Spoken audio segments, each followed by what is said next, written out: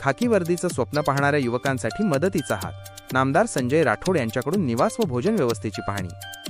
यवतमाळ ग्रामीण भागातील आणि सर्वसामान्य कुटुंबातील मुलं जेव्हा पोलीस भरतीसाठी शहरात येतात तेव्हा त्यांच्यासमोर सर्वात मोठा प्रश्न असतो तो म्हणजे राहण्याचा आणि जेवणाचा।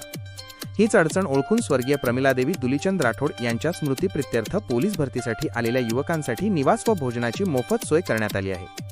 राज्याचे मृद व जलसंधारण मंत्री नामदार संजय राठोड यांनी नुकतीच उत्सव मंगल कार्यालय येथे भेट देऊन या व्यवस्थेची प्रत्यक्ष पाहणी केली। यावेळी त्यांनी उपस्थित भावी पोलिसांशी संवाद साधून त्यांना यशासाठी शुभेच्छा दिल्या। हा सेवाभावी उपक्रम सलग 15 दिवस सुरू राहणार असून यामुळे शेकडो युवकांना आधार मिळणार आहे। आर्थिक परिस्थितीमुळे कोणत्याही गुणवंत युवकाचे पोलीस होण्याचे स्वप्न अधुरे राहू नये हा या उपक्रमाचा मुख्य हेतू आहे।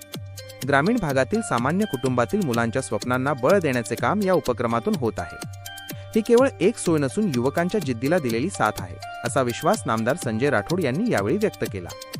या कार्यासाठी अहोरात्र परिश्रम घेणाऱ्या सर्व पदाधिकारी आणि कार्यकर्त्यांचे नामदार संजय राठोड यांनी विशेष कौतुक व अभिनंदन केले आहे। सामाजिक बांधिलकी जपत राबवण्यात येत असलेल्या या उपक्रमाचे सर्व स्तरातून स्वागत होत आहे।